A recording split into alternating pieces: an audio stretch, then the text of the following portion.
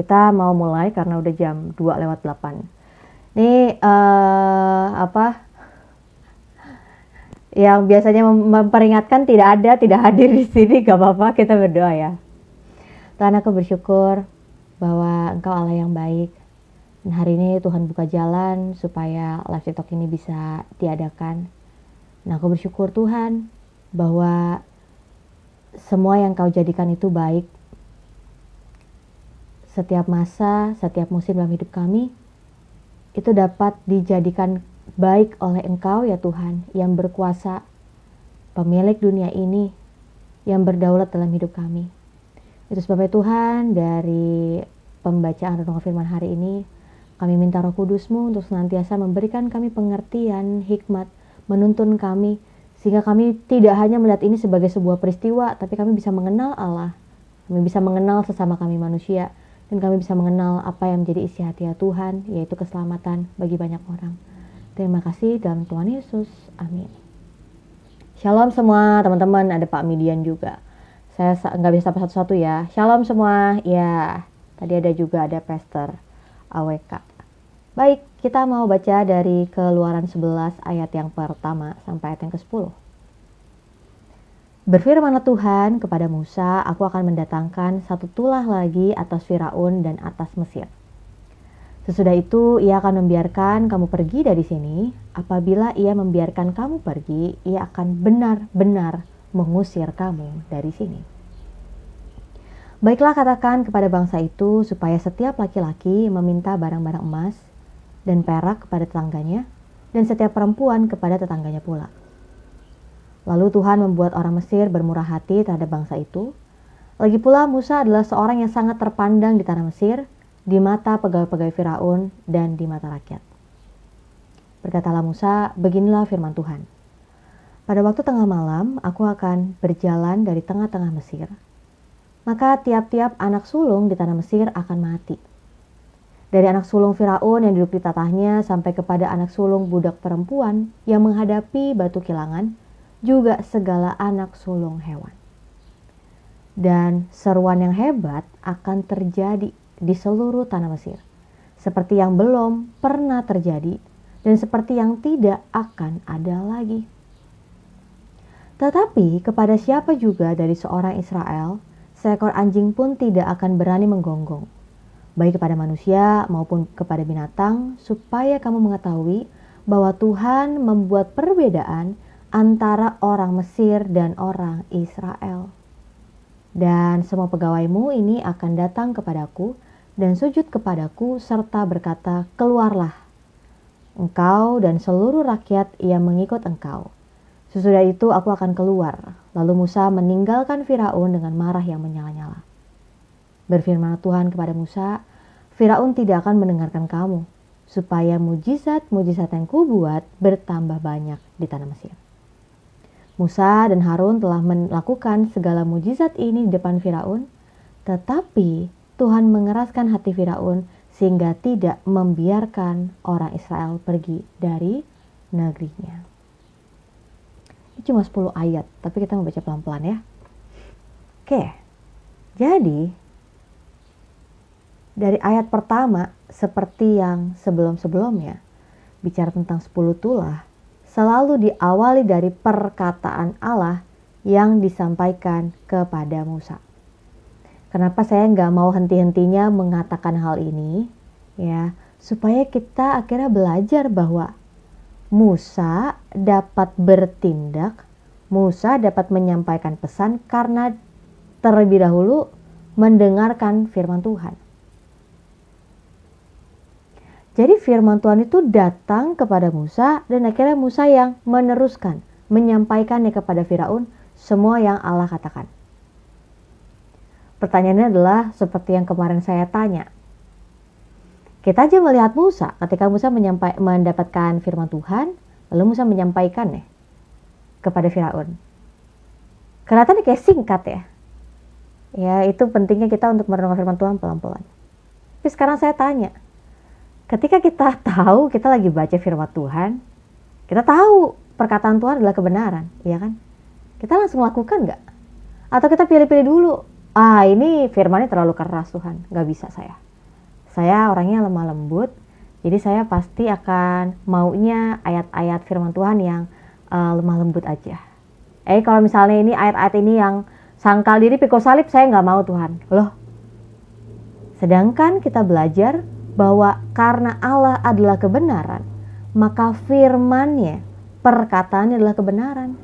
Dan setiap orang yang tidak mentaatinya dan tidak melakukannya adalah orang yang berdosa. Karena melanggar. Ya, melanggar kebenaran yang adalah Allah. Ya, pertanyaannya kan banyak banget kan. Orang yang, enggak, ini firmannya bagus. Yang ini firmannya enggak bagus lah. Padahal kesatuan Alkitab ini yang isinya ada 66 kitab, harus kita baca semuanya. Nggak ada satu ayat yang lebih penting daripada ayat yang lain, karena semuanya adalah satu kesatuan. Makanya setiap kali kita baca firman Tuhan, kita percaya nggak sih bahwa itu adalah perkataannya Allah? Kita percaya nggak sih bahwa itu adalah kehendaknya Allah? Kita mau terima itu nggak sih dan lakukan itu? Banyak orang kan, aduh gimana mau melakukan, ngerti aja enggak? Sedangkan saya percaya bahwa firman Tuhan ini mudah untuk kita mengerti. Contohnya, Keluaran 11 ayat pertama, berfirmanlah Tuhan kepada Musa, aku akan mendatangkan satu tulah lagi atas Firaun dan atas Mesir. Sesudah itu ia akan membiarkan kamu pergi dari sini. Apabila ia membiarkan kamu pergi, ia akan benar-benar mengusir kamu dari sini. Jadi kalau kita lihat dari Keluaran 11 ayat yang pertama, ini firman Tuhan. Bahwa Tuhan akan mendatangkan satu tulah lagi. Barulah Firaun akan membiarkan orang Israel pergi. Dalam tulah terakhir ini, Firaun akan benar-benar membiarkan, bahkan mengusir kamu dari Mesir. Pertanyaannya sekarang adalah, apa yang kita sulit mengerti dari ayat ini? Ayat ini bicara tentang perkataan Allah. Bahwa akhirnya orang Israel akan keluar dari tanah Mesir. Nah, tapi kan banyak orang itu ketika baca firman Tuhan itu, mereka cuma bacanya ini doang nih, Keluaran 11 ayat pertama. Padahal ada ayat yang keduanya, ketiganya, betul? Atau saya nggak ngerti, kenapa Tuhan berkata di Keluaran 11 ayat 4, beginilah firman Tuhan, pada waktu tengah malam, aku akan berjalan di tengah-tengah Mesir. Lalu ada yang bertanya, kenapa Kak? Tuhan itu harus berjalan di tengah malam dari tengah-tengah Mesir. Saya tanya balik, udah baca dari ayat yang pertama? Belum. Makanya sebenarnya Bapak Ibu, saya sangat percaya bahwa firman Tuhan itu dapat kita mengerti dan dapat untuk kita lakukan. Karena Allah yang punya firman ini lagi duduk bersama dengan kita, lagi mengajarkan kita tentang isi hatinya, kehendaknya, pribadinya, perbuatannya, betul? Dan bukan cuma Allah yang bersama dengan kita, tapi juga ada Roh Kudus yang akan menolong kita, mengajarkan kita hal-hal yang kita nggak tahu, yaitu tentang Allah. Karena Roh Kudus berkata apa yang dia dengar, kan gitu firman Tuhan katakan. Nah, pertanyaannya sekarang, ketika kita baca firman Tuhan, kita mengandalkan Tuhan nggak untuk ngerti? Atau kita paksain pikiran kita nih, ini apa ya artinya ya? Ini apa ya artinya Tuhan berjalan ya di tengah malam ya? Berjalan di tengah-tengah Mesir maksudnya apa? Ya kalau kita mengandalkan diri sendiri, kita sadar diri kita terbatas. Jadi kita nggak bisa untuk mengandalkan diri sendiri, betul? Saya tahu dalam kita belajar firman Tuhan aja itu ada metodologinya. Dan gak bisa cocokologi dan comotologi, betul? Seperti kebanyakan orang. Ya, iya betul ada metodologinya. Tapi ketika kita belajar firman Tuhan, metodologi itu harus juga dilakukan dengan mengandalkan Tuhan, mengandalkan Roh Kudus.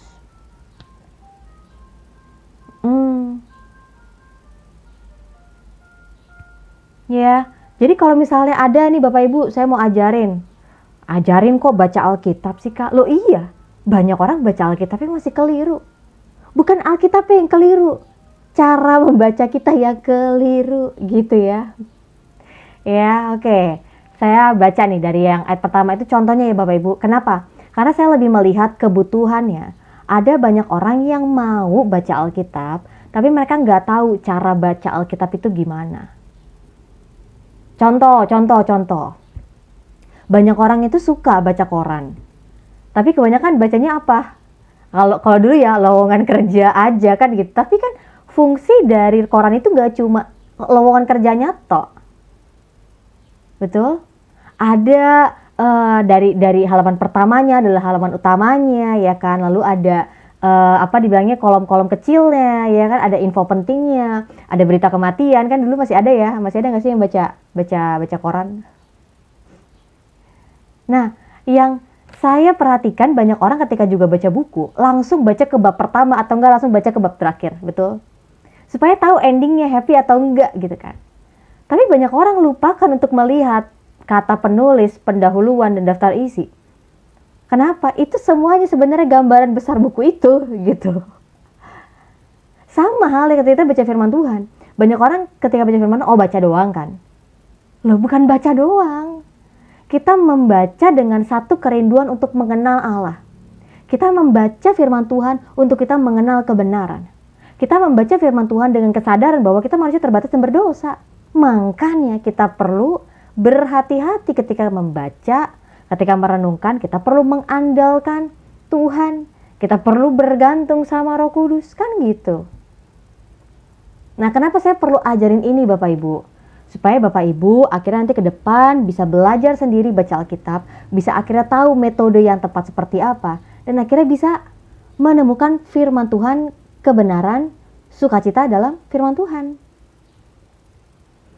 Ya, kalau misalnya akhirnya semuanya jadi bergantung, tunggu aja dah, dengerin aja dari pendeta saya. Loh, padahal tanggung jawab kita sebagai orang percaya, semuanya kita harus ngerti firman Tuhan. Kita harus mengandalkan firman Tuhan, kita harus mengingat firman Tuhan, menghidupi firman Tuhan. Ya, jadi saya nggak akan capek-capek nih memberikan arahan untuk gimana cara baca Alkitab. Oke, jadi sebelum akhirnya terjadi tulah yang ke-10 ya, kemarin Pak Tim bilang asik, udah mulai satu lagi nih tulah terakhir, belum selesai. Karena di Keluaran 11 ini kita justru melihat bagaimana ya kehendaknya Allah sebelum terjadinya tulah ke-10. Nah, kita baca. Kata Tuhan kepada Musa, aku akan mendatangkan satu tulah lagi atas Firaun dan atas Mesir. Sesudah itu ia akan membiarkan kamu pergi dari sini. Apabila ia membiarkan kamu pergi, ia akan benar-benar mengusir kamu dari sini. Jadi perkataan Allah ini harus kita ingat ya. Karena besok kita akan bahas Keluaran 12. Ya, Tuhan berfirman kepada Musa, aku akan mendatangkan satu tulah lagi. Lalu kita akan lihat di Keluaran 12, 13, benar nggak satu lagi? Iya kan? Atau ada, meleset nih perkataan Tuhan, kan gitu. Jadi saya percaya perkataan Tuhan gak ada yang meleset sih ya. Nah, kita akan lihat apakah akan terjadi satu tulah lagi atau ada yang lain gitu kan. Lalu Tuhan bilang sesudah terjadinya tulah yang ke-10, Firaun akan membiarkan kamu pergi dari sini. Tapi Tuhan kasih penekanan, apabila ia membiarkan kamu pergi dari sini, caranya adalah ia akan benar-benar mengusir kamu dari sini. Jadi bukan hanya membiarkan orang Israel pergi dari tanah Mesir, tapi mengusir. Ya, kenapa? Iya, besok kita baca. Kenapa sampai Firaun mengusir gitu ya. Nah, ayat yang ke-12. Firman Tuhan kepada Musa, baiklah katakan kepada bangsa Israel, supaya setiap laki-laki meminta barang-barang emas dan perak kepada tetangganya, dan setiap perempuan kepada tetangganya pula. Jadi Tuhan katakan, ini ya orang Israel, yang pria meminta barang-barang emas, perak, dan berharga kepada tetangganya yang pria, demikian juga setiap perempuan meminta kepada tetangganya. Hah? Gak salah Tuhan. Ini kan mintanya bukan minta beras, minta garam. Mintanya kan bukan, iya bu, minta gula dong gitu kan. Kan bukan minta itu. Mintanya emas dan perak. Hah? Apa iya dikasih? Kan gitu ya? Ini mintanya nih harta berharga loh. Tapi ayat yang ketiga, lalu Tuhan membuat orang Mesir bermurah hati terhadap bangsa Israel. Lagi pula Musa adalah seorang yang sangat terpandang di tanah Mesir, di mata pegawai-pegawai Firaun dan di mata rakyat. Satu sisi kita belajar bahwa firman Tuhan itu yang disampaikan kepada Musa itu pasti akan terjadi. Dengan apa? Tuhan yang membuat orang Mesir bermurah hati kepada bangsa Israel.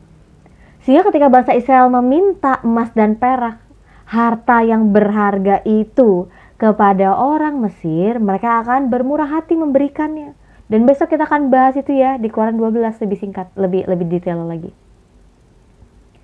Tapi di sisi lain kita belajar dari firman Tuhan bahwa akhirnya Musa adalah seorang yang sangat terpandang.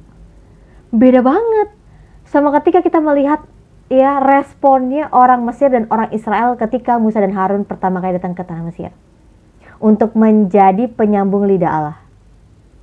Gak mau dengerin, ya kan, dibenci. Bahkan orang Israel tuh bilang pada Musa, kiranya Tuhan yang akan menghukum engkau atas apa yang kau lakukan sehingga menjadi jerat bagi kami. Sampai Musa bilang, Tuhan, kenapa kok malah akhirnya rakyat bangsamu yang jadi menderita Tuhan, kan Musa gitu ya. Lihat, jadi ada perbedaannya. Yang kemarin saya tekankan bahwa akhirnya suatu tindakan Allah ya melalui Musa sebagai penyambung lidah Allah membuat para pegawai di Mesir termasuk juga di rakyat di tanah Mesir menjadi memandang Musa sebagai seorang hamba Tuhan, penyambung lidahnya Tuhan. Karena dari 9 tulah sebelumnya, apa yang Musa itu katakan, apa yang dilakukan oleh Harun itu jadi semua. Dan kita baca dari firman Tuhan, apa yang dikatakan Musa dan Harun itu datangnya dari perkataan Tuhan. Jadi lihat bagaimana terjadinya 9 tulah itu ternyata mempengaruhi pandangan orang-orang rakyat di tanah Mesir dan juga pandangan para pegawai Firaun bahwa ternyata Musa adalah seorang hamba Tuhan, seorang nabi, penyambung lidah Allah. Apapun yang Musa dan Harun katakan itu terjadi, gak ada satupun yang gagal. Menarik ya. Awalnya Musa gak pede banget. Awalnya Musa mengalami penolakan dari Firaun, dari pegawainya Firaun, dari rakyatnya, dari orang Israel juga. Tapi ternyata setelah 9 tulah berjalan, ya 9 peristiwa terjadi atas bangsa Mesir. Dan itu menjadi sebuah perbedaan yang kontras antara tanah Mesir dan tanah Goshen. Membuat orang-orang Mesir itu jadi memandang, ya menghormati Musa. Lanjut ayat yang keempat. Berkatalah Musa, ya, beginilah firman Tuhan. Jadi apa yang Musa sampaikan itu datangnya dari firman Tuhan. Pada waktu tengah malam, aku akan berjalan dari tengah-tengah Mesir, maka tiap-tiap anak sulung di tanah Mesir akan mati. Dari anak sulung Firaun yang duduk di tahtanya, sampai kepada anak sulung budak perempuan yang menghadapi batu kilangan, juga segala anak sulung hewan. Dan seruan yang hebat akan terjadi di seluruh tanah Mesir, seperti yang belum pernah terjadi dan seperti yang tidak akan ada lagi. Nah, jadi ya firman Tuhan itu datang kepada Musa, dan Tuhan mengatakan bahwa pada waktu tengah malam Tuhan yang akan berjalan dari tengah-tengah Mesir.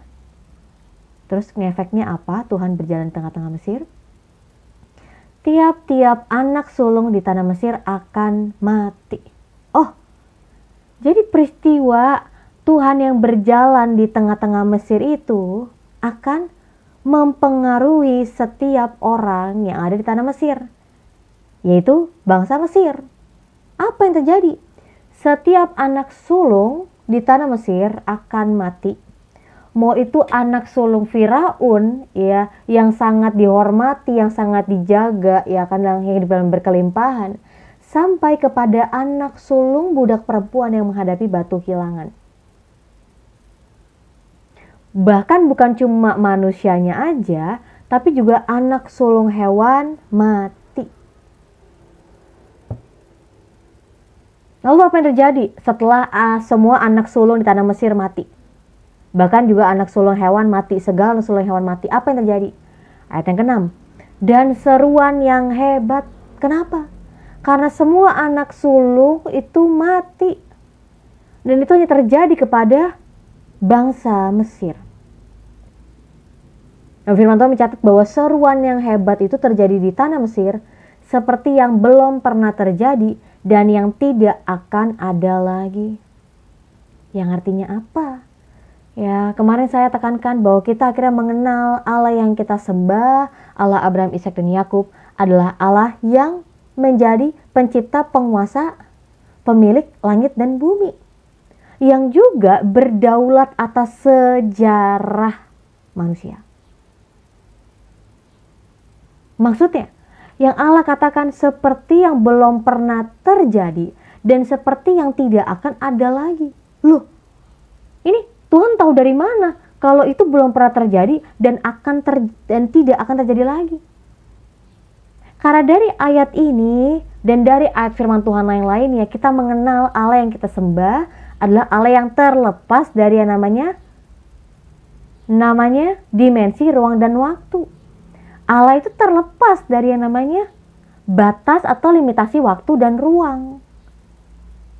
Jadi Allah udah tahu nih, ya kan, bagaimana apa yang telah terjadi dan yang akan terjadi. Makanya Allah katakan ini.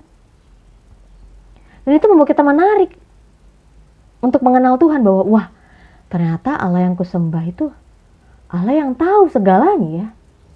Allah yang tahu apa yang telah terjadi dan yang akan terjadi. Makanya Allah katakan hal ini, bahwa terjadi seruan yang hebat di seluruh tanah Mesir. Kemarin salah satu teman saya, Kak Jingga, katakan bahwa Allah yang melakukan 10 tulah ini sedang menunjukkan kebesarannya kepada sebuah bangsa adik kuasa saat itu. Iya, bangsa Mesir adalah sebuah bangsa yang terkenal dengan, ya kan, kekayaannya, kekuasaannya, pemerintahannya. Dan ternyata di hadapan Allah gak ada apa-apanya.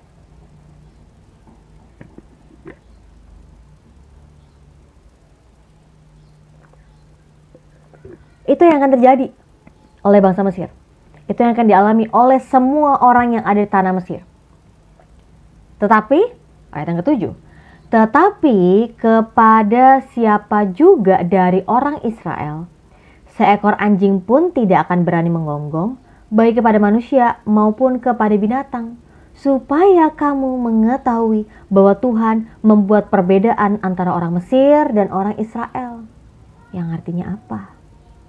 Yang artinya adalah akan terjadi sebuah tragedi atas tanah Mesir, tetapi itu tidak akan mempengaruhi bangsa Israel. Ya, firman Tuhan mengatakan seekor anjing pun tidak akan berani menggonggong. Supaya kamu tahu bahwa Tuhan sedang membuat perbedaan antara orang Mesir, orang yang tidak mempercayai Allah, orang yang tidak mengikuti Allah, orang yang tidak mentaati Allah, dengan orang Israel yang mengenal Allah, mempercayai Allah, dan mau mentaati Allah. Ya. Dan kalau nanti kita baca lagi, akhirnya bangsa-bangsa lain di sekitar tanah Mesir itu jadi takut kepada bangsa Israel. Karena ternyata bangsa Israel sanggup mengalahkan bangsa-bangsa asing di sekitar mereka, tapi bukan karena kekuatan bangsa Israel. Karena apa? Karena Allah yang bersama dengan mereka. Itu kan luar biasanya. Jadi semua keberhasilan apa yang bangsa Israel miliki, apa yang menjadi pencapaian kemenangan bangsa Israel, kita nanti baca juga di kitab Yosua ya, itu karena Allah yang memimpin. bahwa Yosua hanya menjalani strategi yang datangnya dari Allah. Yosua ketika Allah kasih strategi, Yosua enggak Tuhan, enggak deh kayaknya kurang itu. Kayaknya harusnya gini-gini Tuhan. Yosua enggak ngajarin Tuhan. Yosua tahu posisinya adalah seorang hamba. Dia harus mengutamakan apa yang menjadi kehendak pemimpinnya, tuannya, Tuhannya, Allahnya. Ya. Nah, ayat yang ke-8. Dan semua pegawaimu ini akan datang kepadaku dan sujud kepadaku serta berkata, keluarlah engkau dan seluruh rakyat yang mengikut engkau.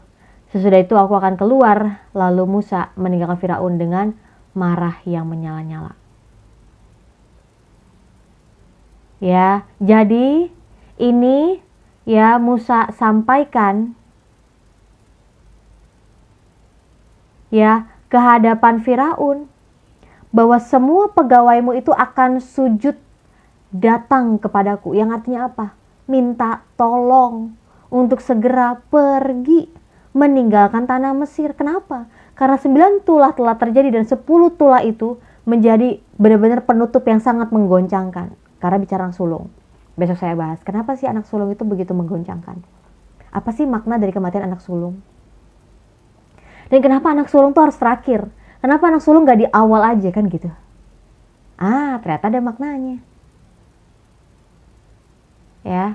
Jadi Musa menyampaikan perkataan Allah kepada Firaun bahwa semua pegawaimu akan datang dan sujud kepadaku untuk mengatakan, keluarlah engkau dan seluruh orang Israel yang mengikut engkau. Dan kemudian aku akan keluar, katanya Musa. Lalu Musa meninggalkan Firaun dengan marah yang menyala-nyala.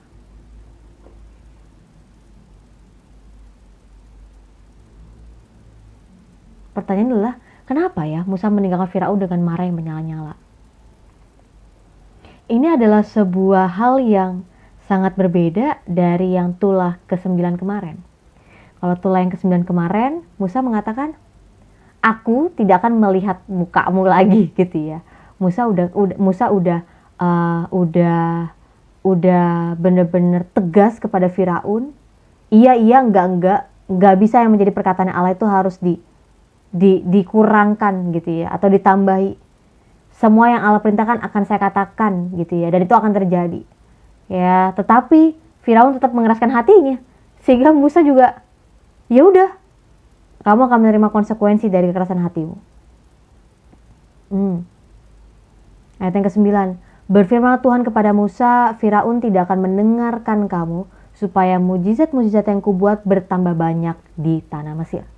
Musa dan Harun telah melakukan segala mujizat ini depan Firaun, tetapi Tuhan mengeraskan hati Firaun sehingga tidak membiarkan orang Israel pergi dari negerinya. Jadi Tuhan ya telah menyampaikan kepada Musa, Firaun itu gak akan dengerin kamu. Yang artinya Firaun itu gak akan mendengarkan perkataan Allah. Karena apa yang disampaikan Musa adalah semua perkataan Allah, betul? Tapi gak apa-apa. Hal itu terjadi supaya segala rencana Allah, kehendak Allah itu harus jadi. Supaya Allah dapat menyatakan, memperkenalkan dirinya kepada orang-orang di tanah Mesir. Dan ini ayat yang 10 bagus banget. Musa dan Harun telah melakukan segala mujizat ini di depan Firaun. Tetapi Tuhan mengeraskan hati Firaun sehingga tidak membiarkan orang Israel pergi dari negerinya. Mungkin ada yang baru pertama kali join ya di live talk ini. Saya mau katakan itu ada yang bertanya, apa maksudnya? Bahwa Tuhan mengeraskan hati Firaun. Nah, ini pentingnya untuk kita baca firman Tuhan secara lengkap berurutan, nggak comot-comot. Kalau kita lihat di respon Firaun yang pertama, emang Firaun nggak mau dengerin. Firaun nggak mau menerima perkataan Allah. Firaun nggak mau untuk merendahkan dirinya di hadapan Allah. Lalu ketika tulah pertama, kedua, ketiga terjadi, Firaun yang mengeraskan hatinya dulu. Ya, itu sebabnya kekerasan hatinya itulah ya yang membuat Firaun menerima konsekuensi, menerima hukuman. Sedangkan Allah telah memberikan peringatan, karena engkau yang tidak membiarkan bangsaku pergi, karena engkau tidak menuruti perintahku, karena engkau bla bla bla, itu jelas di awal. Makanya kalau kita baca ya firman Tuhan, kok kelihatannya kayak diulang. Kenapa harus firman Tuhan dulu, baru Musa dan Harun menyampaikan? Kenapa Tuhan mengatakan lagi, karena engkau tidak membiarkan bangsaku pergi, karena engkau tidak membiarkan bangsaku pergi. Kenapa ini tiap pasal diulang? Supaya kita tahu bahwa memang awalnya Musa dan Harun melayani karena menerima pesan daripada Tuhan. Dan sudah menyampaikan peringatan pun kepada Firaun. Firaun tetap mengeraskan hatinya. Gak mau merendahkan hatinya di hadapan Allah. Nah, kenapa? Ya, kemarin saya udah bahas. Karena Firaun masih mempertimbangkan, ini Allahnya orang Ibrani, lebih kuat mana sama dewa-dewi saya. Bahkan Firaun juga dianggap sebagai salah satu keturunan dewa matahari, termasuk anak sulungnya. Nah, itu sedikit clue buat besok kita bahas Keluaran 12. Ya, anak sulungnya Firaun yang akan menggantikannya juga, itu sudah dianggap sebagai dewa. Makanya kenapa harus tulah ke-10 adalah anak sulung yang ada di Mesir. Dan makanya kita belajar dari tulah yang pertama, kedua, ketiga, keempat. Itu tuh kelihatan loh, ada satu tingkatan progresifnya. Perhatikan gak? Dari cuma air di sungai Nil jadi darah, ya kan? Lalu akhirnya katak. Lalu akhirnya nyamuk, lalat pikat dan segala macam. Lalu akhirnya mulai ke wabah, penyakit sampar, ya kan? Lalu akhirnya mulai ke cuaca, hujan es. Lalu akhirnya mulai ke gelap gulita. Itu kan, perhatian gak ke situ? Makanya puncaknya itu adalah yang ke-10. Dan perhatikan juga bagaimana Allah awalnya ingin membebaskan bangsa Israel. Maka terjadilah 10 tulah ini. Lalu kemudian kita lihat lagi bahwa ternyata Allah ingin memperkenalkan dirinya, kebesaran kepada bangsa Israel. Lalu gak cuma berarti situ, Allah juga ingin memperkenalkan bahwa Allah itu ada di tanah Mesir. Lalu apa lagi? Allah ingin untuk setiap orang yang akan mendengarkan cerita ini, mereka bisa mengenal kebesaran Allah. Itu semuanya ada loh tingkatannya, memperhatikan gak?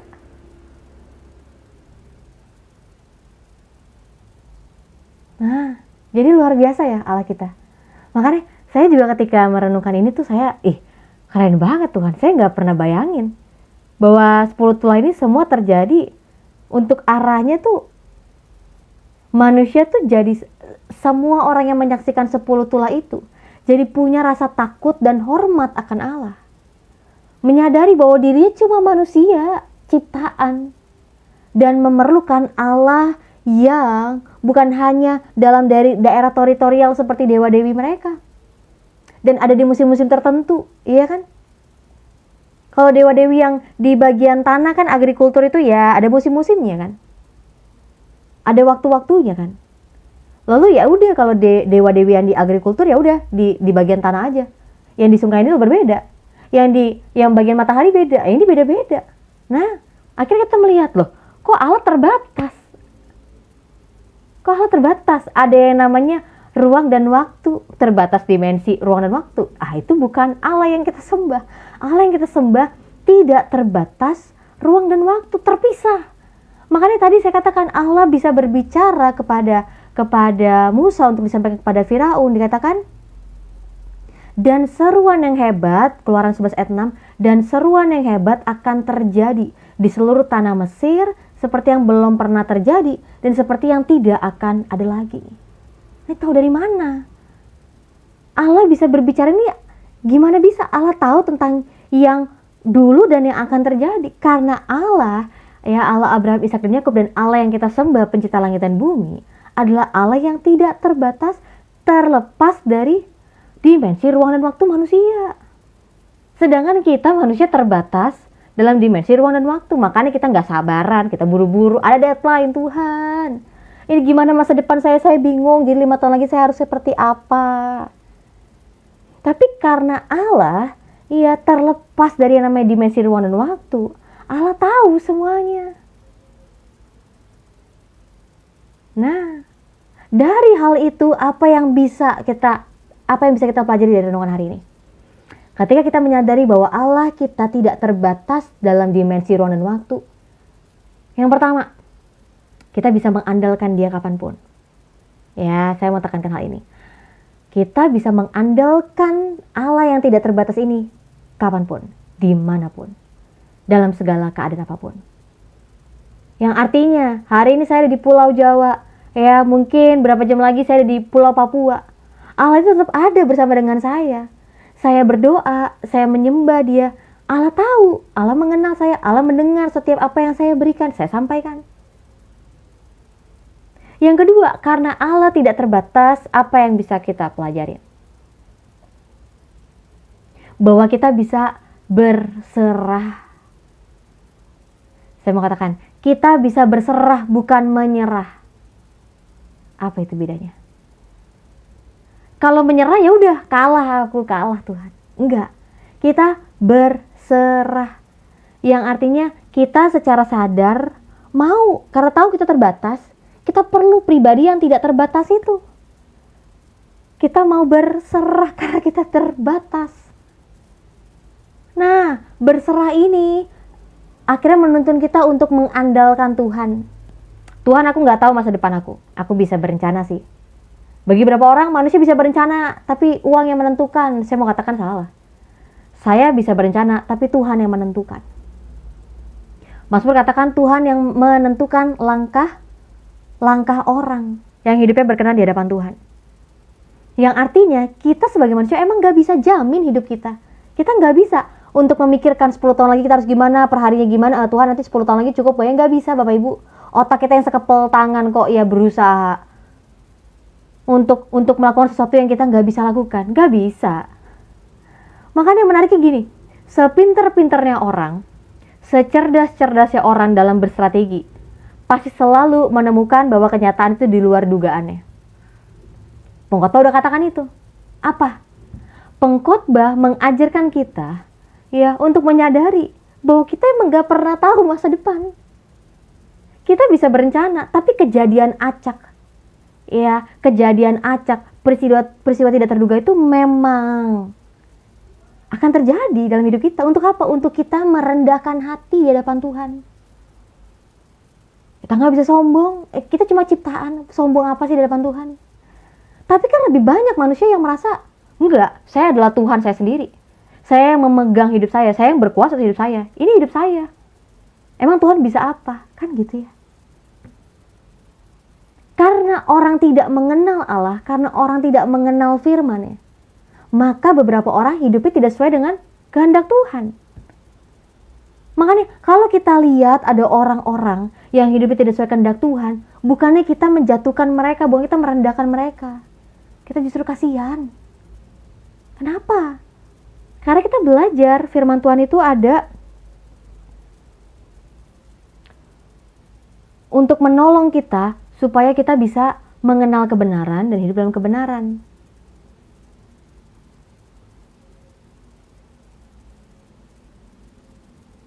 Bentar. Ya. Makanya ketika kita melihat ada orang-orang yang tidak sesuai hidupnya, perkataannya, pikirannya, tidak sesuai dengan kehendak Tuhan, dengan firman Tuhan, kita bukan jadi menjatuhkan atau merendahkan mereka, kita malah kesian. Tuhan, sebagaimana saya telah menerima kasih karunia Tuhan, dan saya bisa mengenal Tuhan, saya bisa mengenal kebenaran, bahkan saya bisa hidup dalam kebenaran, Tuhan tolong, supaya orang-orang yang saya temui ini yang hidupnya tidak sesuai dengan kebenaran, Tuhan tolong mereka, Tuhan selamatkan mereka, kan gitu. Jadi, dari dua hal ini kita belajar hari ini. Allah yang tidak terbatas ruang dan waktu. Kita bisa berserah dan kita bisa mengandalkan Dia.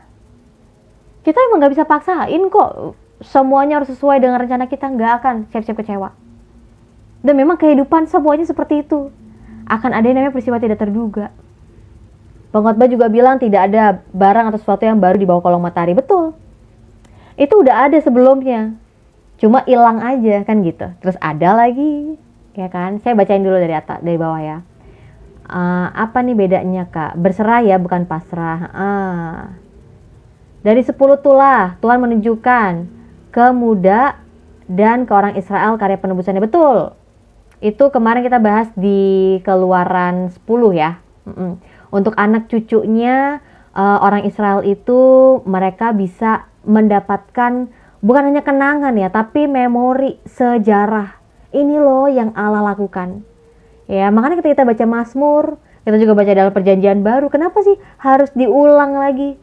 Ya, bahwa orang Israel itu dibebaskan oleh Allah sendiri keluar dari tanah Mesir. Itu karena perbuatan Allah, karya keselamatannya Allah bagi bangsa Israel.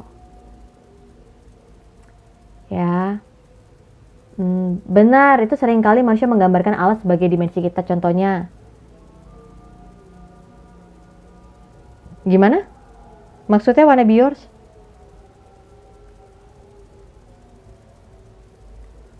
Nggak ngerti kalimatnya.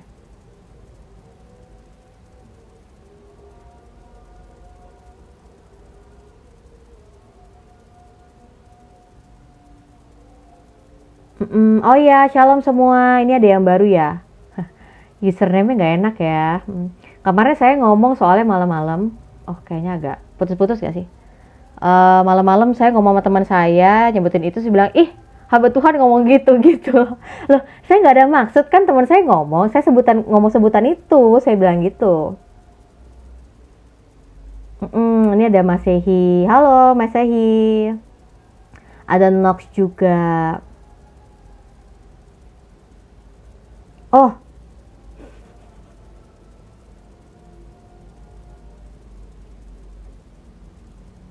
ya ada Buhana ya.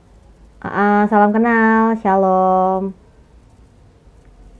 Oke, ada lagi nggak yang di atas? Ya, Kak Poyasaki mulai bertempur dalam komentarnya ya. Selamat sore Yehuda Yerusalem, semangat selalu. Ya, ini ya kata Kak Poyasaki ya. Kalau Yesus berkehendak eksodus dari situ ke rumahku gimana? Masalahnya kalau eksodus itu Kak keluar dari perbudakan menuju tanah perjanjian. Nah, sekarang pertanyaannya rumah Kakak adalah tanah perjanjian atau bukan? Kan gitu. Ya, jadi jangan salah arah gitu kan. Kak Poyasaki bilang rumahnya eksodus dari eksodus menuju ke rumahnya. Masalah rumahnya Kakak adalah ini nggak tanah perjanjian nggak?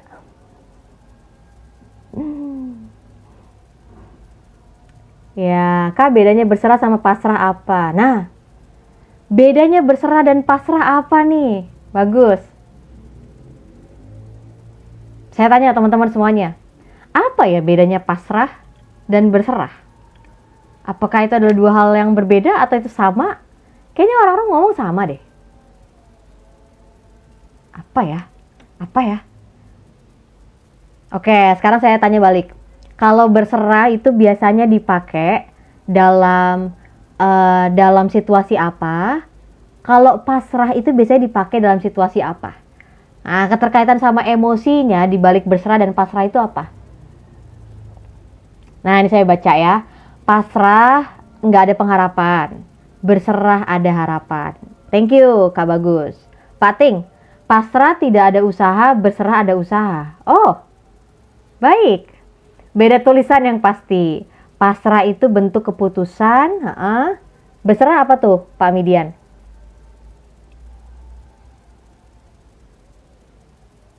Iya ya, pasrah sama berserah itu apa? Bukannya sama, Kak? Kayak mirip. Kalau pasrah biasanya ya itu lahir dari gini. Pasrah itu biasanya jatuhnya jadi pasif. Betul? Dan akhirnya nggak punya, tadi yang dikatakan nggak punya pengharapan. Nggak punya semangat. Nah, itu pasrah. Udahlah, pasrah aja gue sama kehidupan ini kan gitu ya. Udahlah, gue pasrah aja, nanti dapat nilai berapa, yang penting pokoknya gue udah kerjain aja ujian. Dan ketika kita pasrah juga nggak jelas. Arahnya kemana, ke siapa, nggak jelas. Tapi kalau bicara tentang berserah, berserah itu karena apa sih? Berserah itu karena kita tahu kita nggak mampu jalanin. Kita perlu pribadi yang lebih berkuasa untuk menolong kita, kan gitu. Nah, dalam tindakan itu kita yakin bahwa ada pribadi nih. Namanya siapa, pribadinya siapa, dan kita memilih untuk berserah kepadanya. Kita tahu, kita kenal karakternya, pribadinya, kan gitu. Makanya kita berserah. Tuhan, aku berserah karena aku tahu bahwa Tuhan itu baik, ya kan? Tuhan tidak pernah mengecewakan. Tuhan itu maha kuasa, maha besar dalam hidupku. Yang tadi saya katakan, tidak terbatas ruang dan waktu.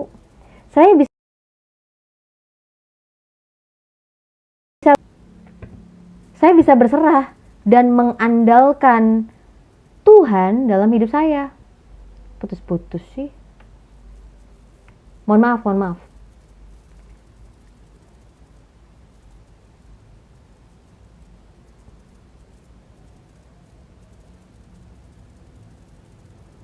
Jadi berserah itu datangnya justru dari pengharapan. Karena udah tahu kita udah gak bisa, kita mau untuk berserah. Aku berserah padamu Juru Selamat, aku berserah. Ya, Kak Julian Totan. Berserah positif, kata Kak Mike, pasrah negatif. Pasrah apapun hasilnya diterima, berserah bergantung pada Tuhan. Ya, jadi kesimpulannya sebenarnya teman-teman semua juga udah tahu ya bedanya berserah sama pasrah apa. Ya, yang saya mau tekankan adalah berserah itu kita tunjukkan ya karena kita tahu bahwa kita perlu pribadi yang lebih berkuasa daripada kita, yaitu Allah. Ya, yang kita kenal juga bagaimana pribadinya, ya kan, perbuatan dalam hidup kita. Tapi kalau pasrah ya kita nggak jelas kita mau, bahkan udah nggak punya pengharapan gitu. Ngerti ya? Nah, saya diam dulu. Teman-teman semua, apa yang didapatkan dari renungan hari ini? Tolong dong tulis di kolom komentar, jangan takut salah. Kalau berkat rohani tuh dari rema-rema yang didapatkan tuh jangan disimpan sendiri, dibagiin juga ke yang lain supaya yang lain tuh bertumbuh gitu. Ya, supaya yang lain tuh juga belajar. Ya, supaya yang lain juga bertumbuh, ya dong. Buat tulis di kolom komentar ya, hari ini belajar apa.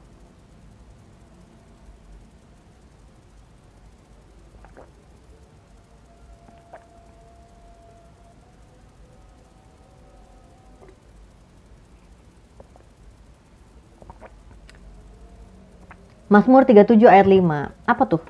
Saya bantu baca. Mazmur 37 ayat 5. Serahkanlah hidupmu kepada Tuhan dan percayalah kepadanya dan ia akan bertindak. Amin. Belajar mengenai iman Musa kepada Tuhan. Oke, thank you Pak Bagus. Iya, jadi kata Kak Julian Totan ini serahkanlah hidupmu kepada Tuhan dan percayalah kepadanya dan ia akan bertindak. Kalau dilanjut ke ayat yang ke-6, ia akan memunculkan kebenaranmu seperti terang dan hakmu seperti siang. Ya. Oke, yang lain gimana? Thank you nih. Ya kan akhirnya ada yang mau berbagi. Iya dong. Kalau dapetin rema rohani tuh ya jangan disimpan sendiri gitu. Dibagiin ke yang lain supaya yang lain juga belajar.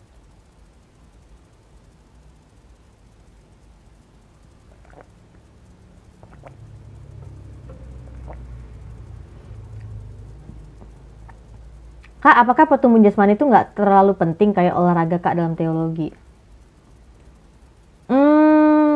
Kalau menurut saya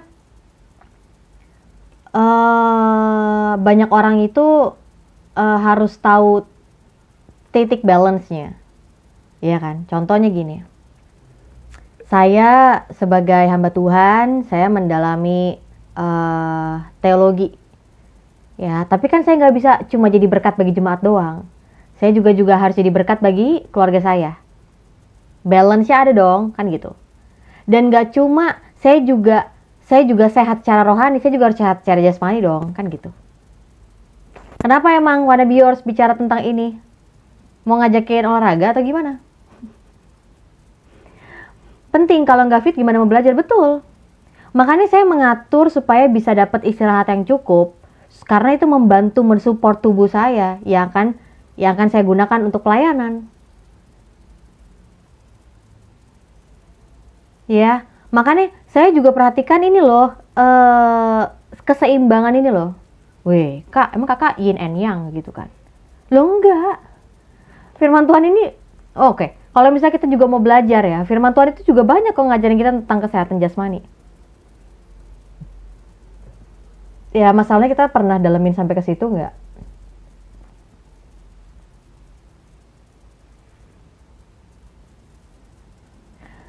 Karena kebanyakan pendeta bilang rohani, tapi kadang bilang jasmani kayak olahraga.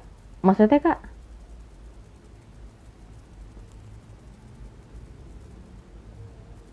Oh, hmm, ini aja kali konteksnya aja. Lagi menekankan bahwa pertumbuhan rohani itu penting.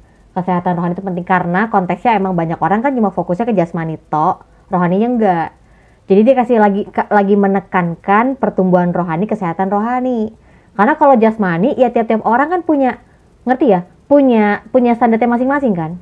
Oh, kalau saya tipikalnya kalau saya harus sehat, fit badannya, contoh, saya harus seminggu 2 kali olahraga gitu kan. Tapi ada yang bilang, oh kalau saya seminggu sekali aja gitu kan. Ya ngatur masing-masing sendiri aja kok. Ya promosi ya, Kak Mike di sini kalau promosi kena pajak. Jangan-jangan ini Kak Mike agen Yakult. Jangan bagus sih untuk mensupportkan ibu-ibu yang menjadi penjual Yakult supaya menjadi ibu-ibu yang mandiri, ya kan?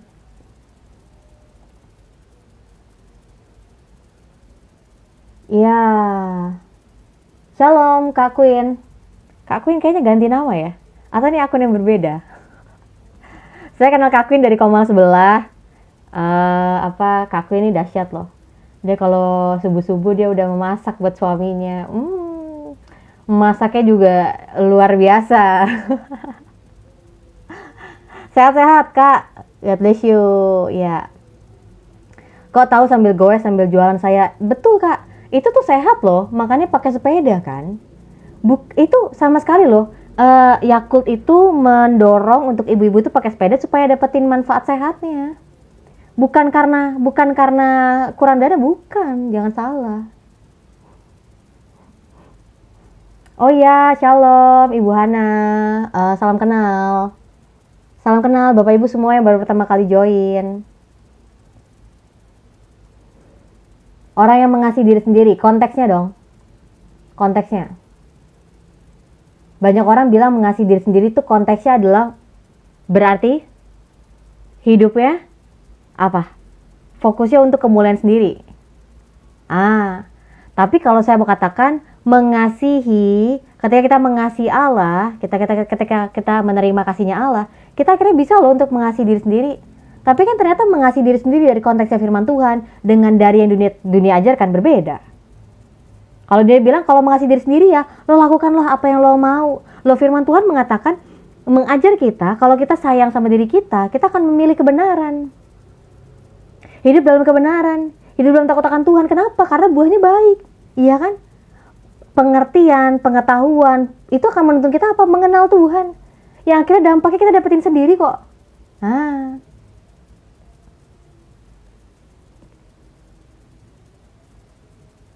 Kirain mulai tadi pagi, nggak tahu ya nanti malam ya Mbak. Iya Pak. Iya Pak. Pak Bagus itu dong di grup banyak bicara. Sehingga nanti kelihatan kan yang penyusup yang mana.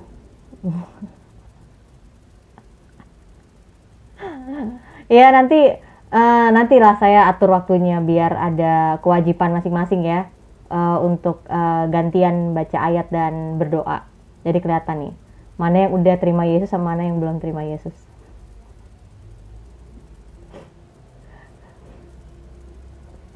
Ya, jadi hati-hati ya. Contoh orang bilang, aku tuh mengasihi kamu kok kan gitu. Kita lihat dulu yang dia bilang mengasihi ini maknanya sama nggak kayak yang firman Tuhan katakan? Atau berbeda? Meskipun katanya sama, tapi kita lihat dulu maknanya sama nggak nih? Contoh, Bapak Ibu bilang percaya kepada Yesus. Iya, percayanya nih yang sesuai yang dideskripsi dalam firman Tuhan nggak? Atau percayanya, ya percaya kalau kalau kalau eh, percaya aja, nggak ada syarat-syaratnya. Ya percaya juga percaya sepenuh gitu loh, jangan setengah-setengah gitu.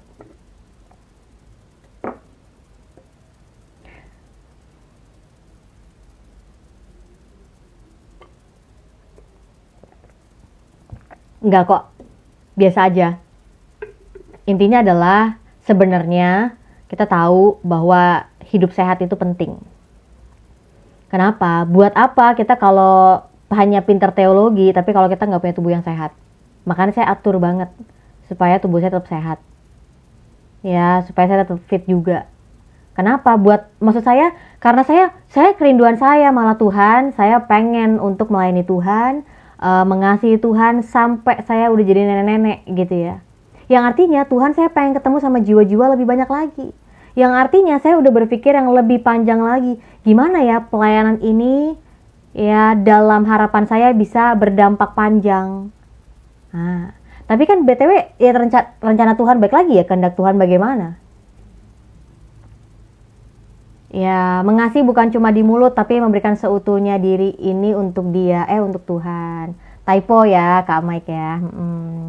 Jadi BTW Bapak Ibu, Kak Mike ini juga sudah beristri ya. Kadang-kadang memang suka bercanda aja. Bapak Ibu kadang-kadang di sini ada kok bapak-bapak yang iseng juga gitu ya. Nanti baru akhir-akhir langsung langsung minta pembenaran gitu ya, bahwa tadi bercanda kok gitu. Ya. Gitu. Ya, jadi kadang-kadang saya buka komal itu di Senin sampai Jumat jam 2 siang dan juga malam Senin sampai Selasa aja jam 8 malam. Gitu. Selain dari itu, kenapa nggak Rabu sampai Jumat juga? Rabu sampai Jumat saya udah full. Betul. Dan dibilang juga kesehatan ya. Ini orang bilang kan, Tuhan berkatilah makan ini menjadi kekuatan, kesehatan, dan sukacita bagi tubuh saya. Lah, tapi yang dimakan KFC mulu. Ya kan salah. Nggak sehat, betul? Apalagi, misalnya bilang bahwa, iya Tuhan, biarlah tubuhku senantiasa sehat, diberkati, bisa menjadi berkat, selalu berkat bagi banyak orang. Tapi ya ternyata makanannya nggak 4 sehat 5 sempurna. Gimana ini? Ya, iya dong, balance. Firman Tuhan aja ngajarin kita untuk balance kok. Jadi pada akhirnya gini, sesuatu itu oke, di dalam Kristus itu tidak ada penghakiman di dalam Kristus. Ya, tapi Paulus katakan bahwa iya, karena segala sesuatu itu diperbolehkan, tapi apakah segala sesuatu itu berguna?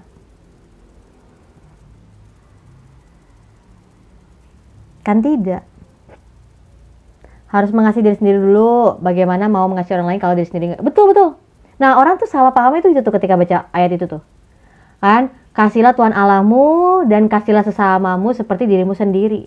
Yang artinya kalau kita nggak belajar mengasihi diri sendiri, gimana kita bisa belajar mengasihi orang lain? Ya, makanya karena kita tahu disakitin tuh nggak enak, ya jangan sakitin orang lain. Karena kita tahu bagaimana dicampakkan, ya kan, jangan mencampakkan orang lain. Makanya waktu kecil disuntik campak nggak? Kok gede-gede jadi campakin orang? Lah, enggak ya, ini bukan sesi malam. Ya, kalau sesi malam tuh saya lebih banyak interaksi sama teman-teman yang masih muda. Kita ngobrol-ngobrol supaya saya juga bisa kenal sama audiens gitu ya. Dan dari dari beberapa yang akhirnya naik dan ngobrol, jadi malah banyak ngomongin tentang hubungan ya. Kenapa ya? Karena menurut saya manusia itu pasti kalau kita ngomongin hubungan tuh nyambung gitu kan. Ya udah kita masuklah topiknya di situ. Gitu. Mau tanya dong, ini saya putus-putus gak sih? Kok saya kayak di ininya tuh kayak sayanya agak slow, kayak telat gitu motionnya.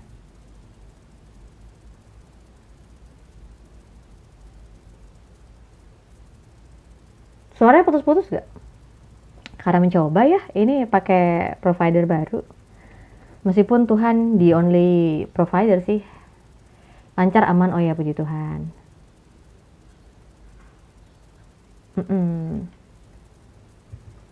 Kak Mike ikut aja Kak Mike. Tiap Kamis malam Kak Mike. Linknya di profil saya. Biar makin ramai diskusinya lah.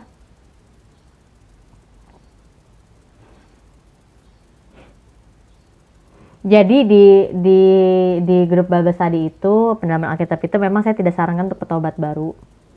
Tapi saya lebih mau tekankan untuk lebih banyak interaksi, belajar satu sama lain. Kita juga bisa mengenal pandangan-pandangan orang tuh ini segala macam gitu-gitu. Pendalaman Alkitab.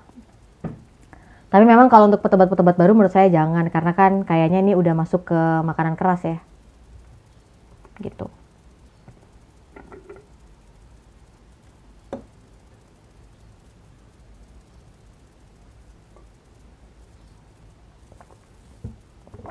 Baik, Kak Mak. Ya, karena kebanyakan ini sih naik sepeda ya. Kebanyakan naik sepeda. Thank you, Elder. Ya. Di profil TikTok saya ada link nyambung ke grup Telegram.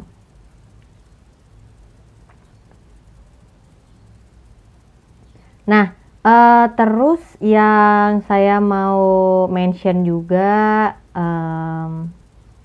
tadi saya ingat mau ngomong apa ya, saya lupa.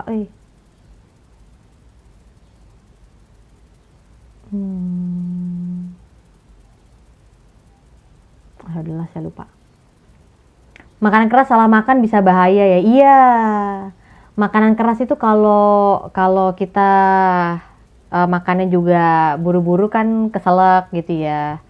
Ya bisa bahaya.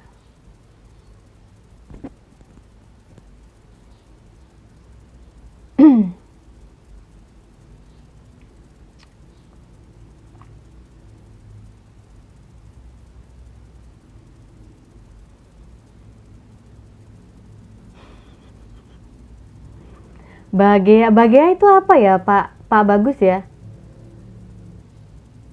Atau ini pasti kan yang di grup kan ngomong baik ini mah. Apa?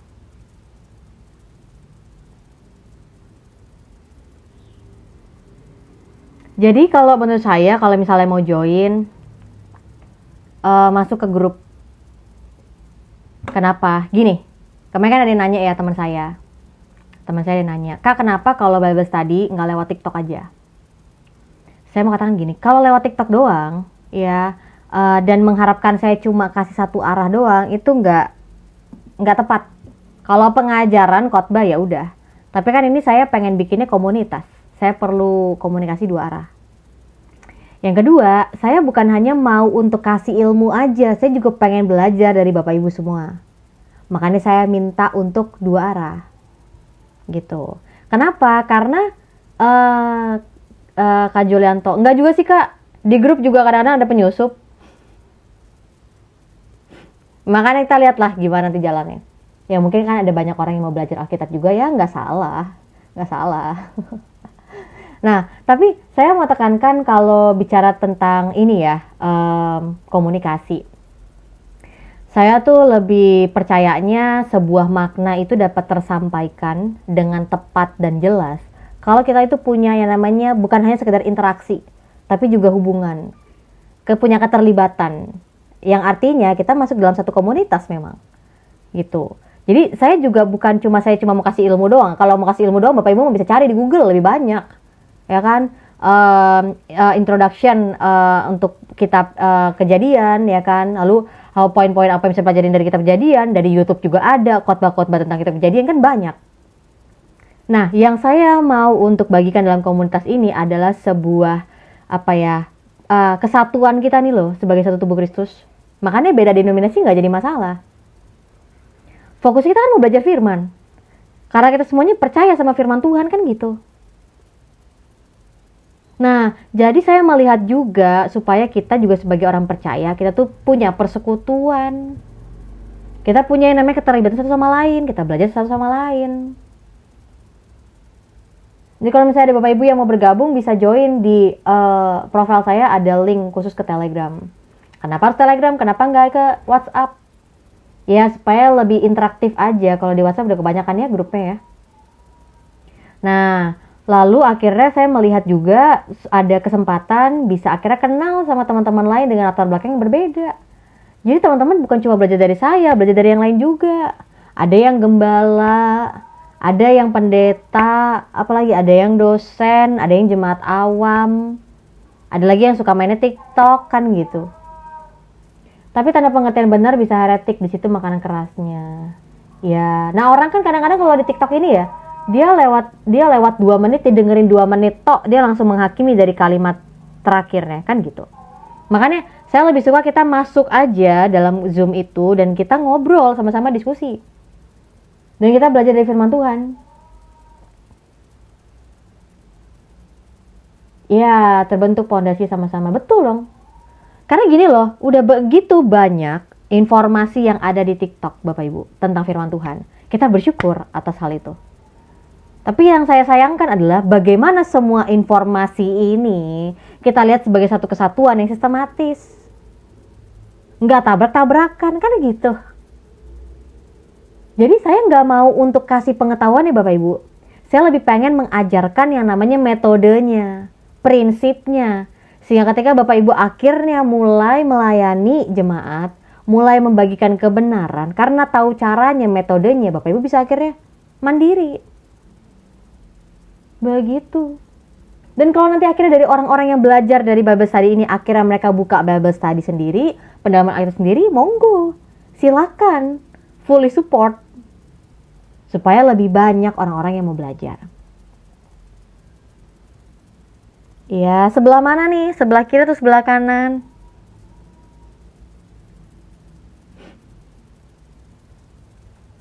Ya, nonton bioskop pas beres akan beda ceritanya sama yang bahas. Kalau bahas sama yang datangnya telat. Iya, betul. Makanya sebenarnya saya nggak suka kalau nonton bioskop tuh harus ke apa ke restroom bolak-balik tuh saya sebel. Karena kayak apa tadi apa kan gitu. Kalau kalau kita nonton kayak di Netflix gitu kan kita bisa berhentiin dulu kan gitu ya. Gitu. Gitu ya Bapak Ibu ya.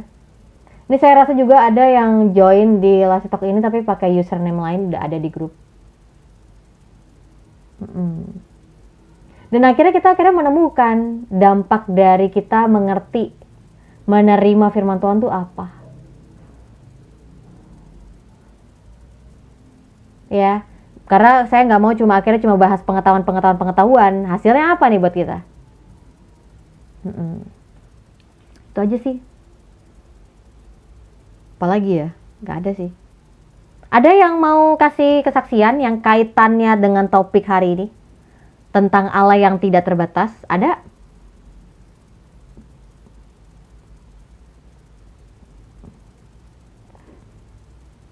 Adakah yang mau berbagi kesaksian?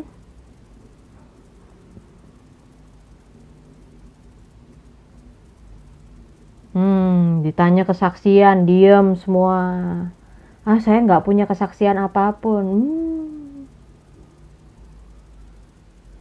Padahal gini ya, kita tuh kadang-kadang tuh takut untuk kesaksian karena hidup kita belum sehebat orang lain, Kak.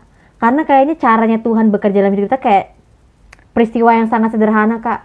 Nggak yang kayak bagus banget kayak orang-orang gitu kan. Loh, kok kita yang jadi menilai bahwa kesaksian itu adalah kesaksian yang berdampak besar atau kecil? Kok kita yang jadi menilai bahwa ini perbuatan Tuhan yang besar dan itu perbuatan Tuhan yang kecil? Kok kita yang menilai?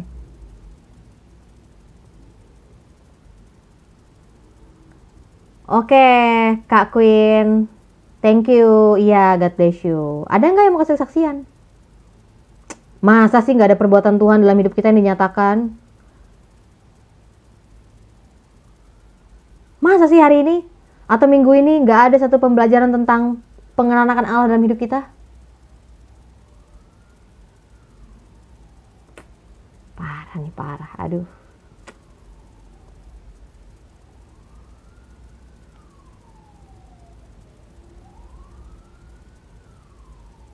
Nggak ada nih yang menyaksikan kebaikan Tuhan minggu ini. Kebesaran Tuhan minggu ini nggak ada nih.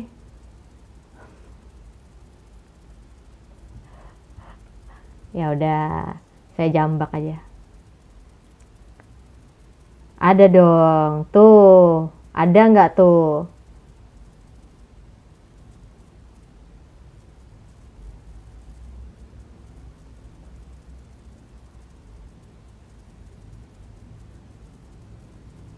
Enggak kok, aku belum. Belum lebih dari 2 jam. Belum 2 jam. Ini aja ya.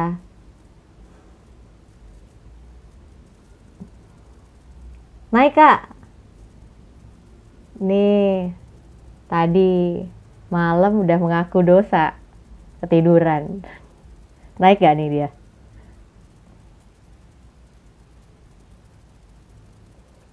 Nggak mau naik kayaknya. Kita naik.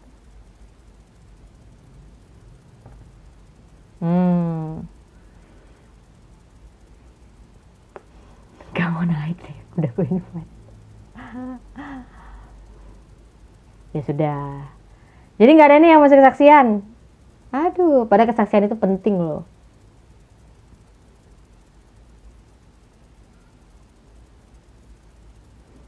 Nggak ada nih yang mau naik. Naik aja. Request aja naik. Saya naikin. Tapi sesuai topik ya. Hari ini bicara tentang Allah yang tidak terbatas ruang dan waktu. Allah yang luar biasa. Nggak ada yang mau? Nggak ada. Belum ada yang pernah ngalamin.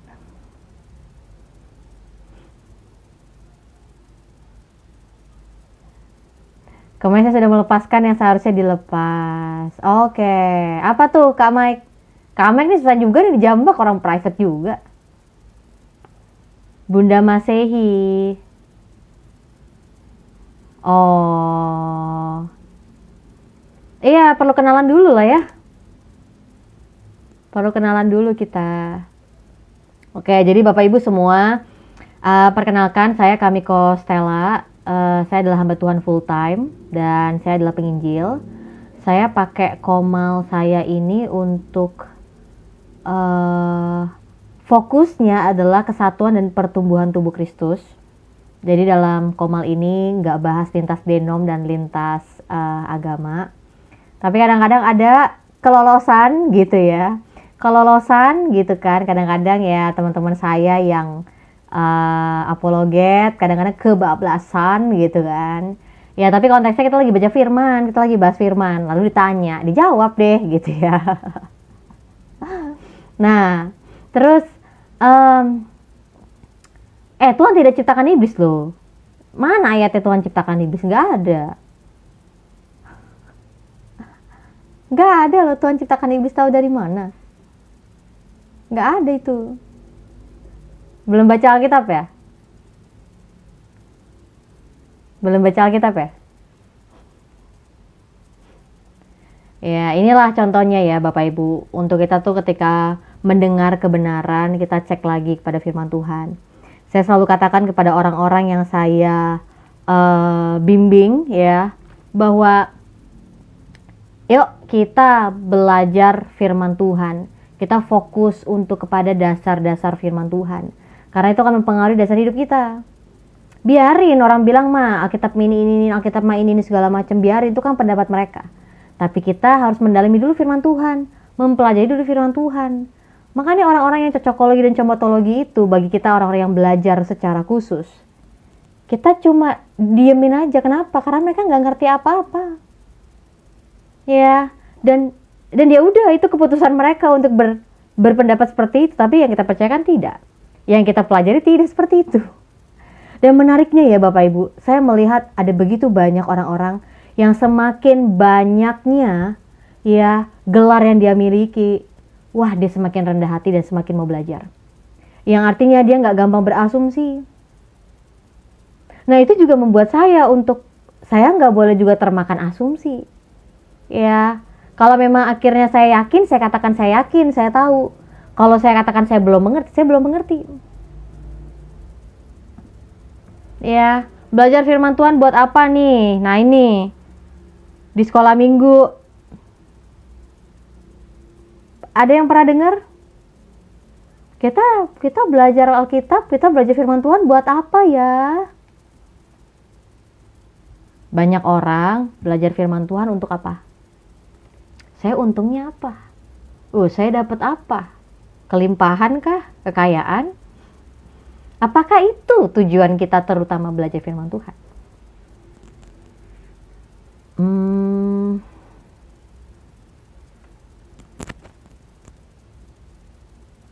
Kita membaca firman Tuhan untuk kita mengenal Tuhan. Menariknya, ketika kita mengenal Tuhan, kita bisa mengenal diri sendiri.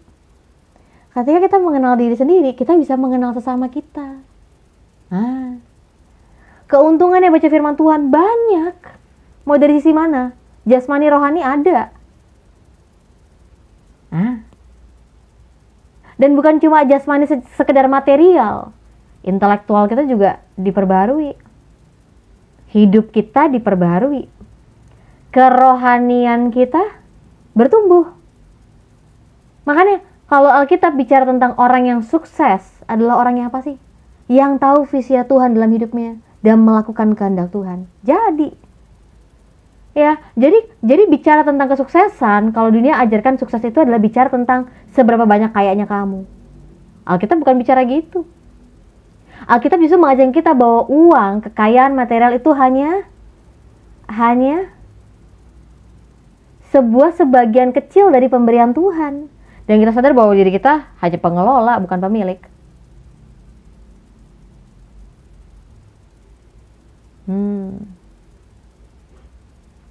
Bisa tahu kemauan Tuhan di dalamnya, Pak Agus, betul. Bisa tahu kemauan Tuhan. Jadi sampai hari ini ada kok orang-orang yang kehendak Tuhan itu apa ya?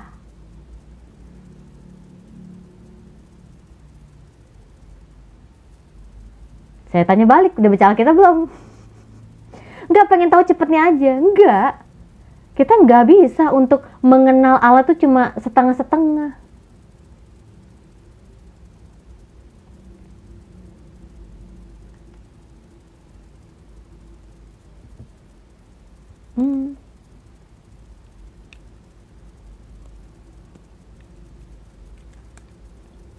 Kita nggak bisa kenal Tuhan setengah-setengah. Makanya saya lebih suka untuk mengajar orang, untuk kita belajar firman Tuhan, bukan cuma tahu setengah-setengah.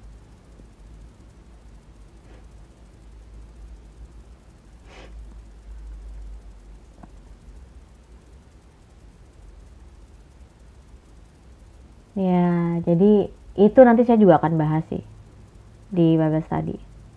Supaya akhirnya motivasi kita jelas, motivasi kita benar, tujuan kita benar, ya. Dan kita lihat dampaknya bagi hidup kita apa. Dan menariknya ketika kita baca firman Tuhan ya, nggak cuma roh kita yang diperbaharui, tapi juga ini loh, mindset kita ini loh, perspektif kita ini loh. Saya udah pernah kepikir, iya Tuhan, kalau Tuhan tahu Adam dan Hawa, ya kan itu dalam dosa, ya kan. Lalu akhirnya ya berdampak bagi kehidupan manusia sekarang, kenapa Tuhan gak restart aja dari awal? Lah, tapi bertentangan ketetapannya Allah, bertentangan dengan perkataannya Allah. Kan Allah tidak seperti manusia yang menyesal setelah dia melakukan sesuatu. Seperti yang Ayub katakan.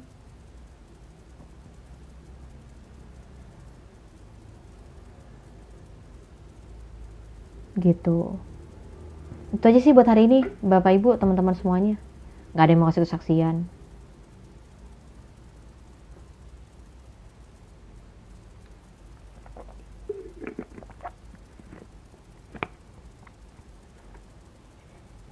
Oke.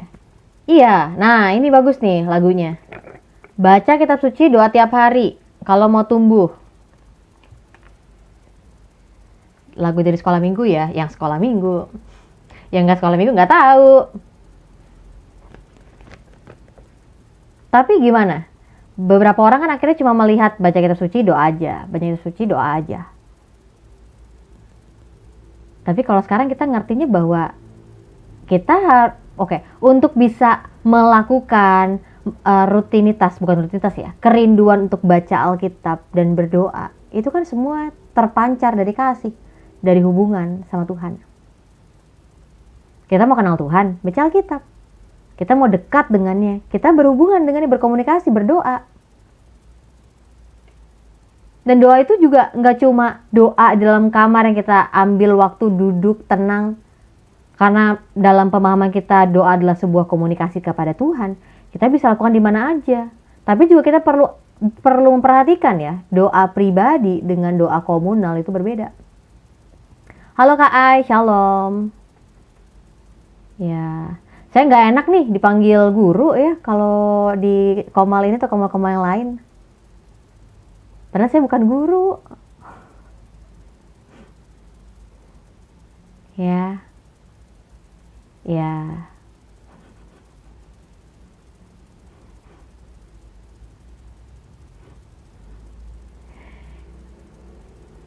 iya. Mana saya juga lebih banyak ketemunya sama ini ya, baby boomers. Saya karena salah, iya teman-teman, oh maaf. Iya Bapak Ibu. Iya. Mohon maaf kalau saya suka menyebut teman-teman, padahal sebenarnya audiensnya Bapak Ibu, mohon maaf ya. Hmm. Ya karena barangkali mungkin ada yang masih umuran sama saya. Iya. Iya, itulah teman-teman, semuanya kita mau doa tutup hari ini karena nanti malam saya juga ada pendalaman Alkitab. Karena pertemuan perdana ya, dan kita janjiannya adalah 7.30 till drop gitu kan.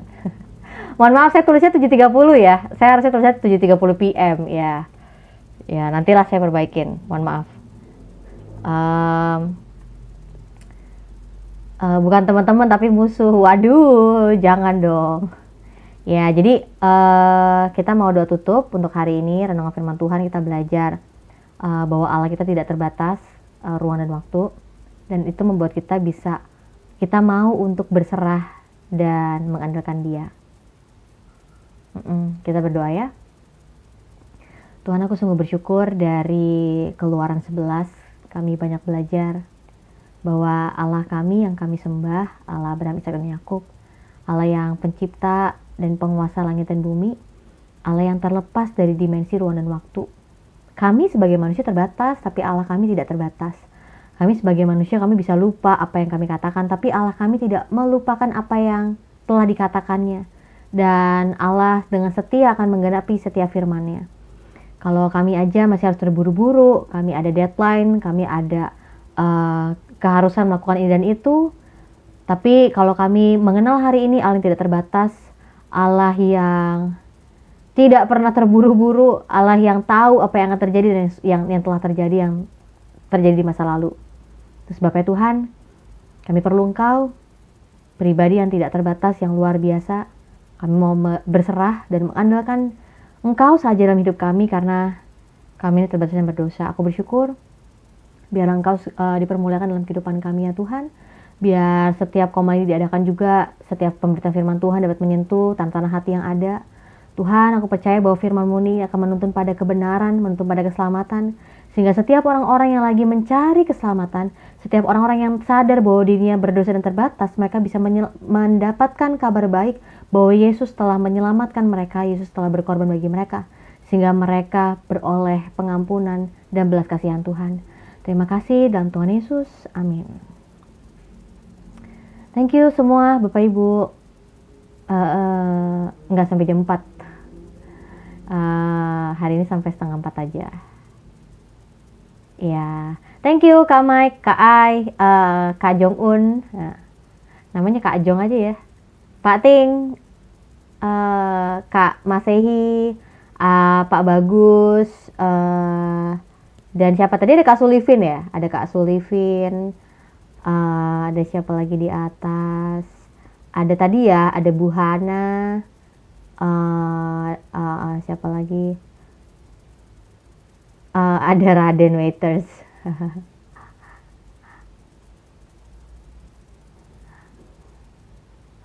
Iya. Iya. Kak Yan. Iya. Iya, Bu Hana hilang. Oh, ada Pak Adi. Ini Pak Adi tadi saya jambak nggak naik-naik Kak Adi.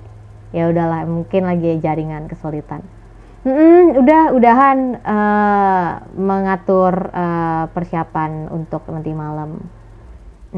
God bless you semua. Teman-teman, ketemu lagi besok. Kita bahas Keluaran 12. Kita masuk ke tulah yang terakhir. Apakah yang terakhir atau ada lagi? Ya, bisa kita belajar. Kita renungkan firman Tuhan sama-sama. God bless you semua. Shalom.